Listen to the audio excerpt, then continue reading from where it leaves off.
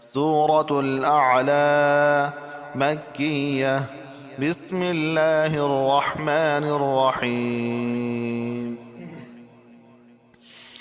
سبح اسم ربك الأعلى الذي خلق فسوى والذي قدر فهدى والذي أخرج المرعى فجعله غثاء أحوى سنقرئك فلا تنسى إلا ما شاء الله إنه يعلم الجهر وما يخفى ونيسرك لليسرى فذكر إن نفعت الذكرى سيذكر من يخشى ويتجنبها الأشقى الذي يصلى النار الكبرى ثم لا يموت فيها ولا يحيا قد أفلح من تزكى وذكر اسم ربه فصلى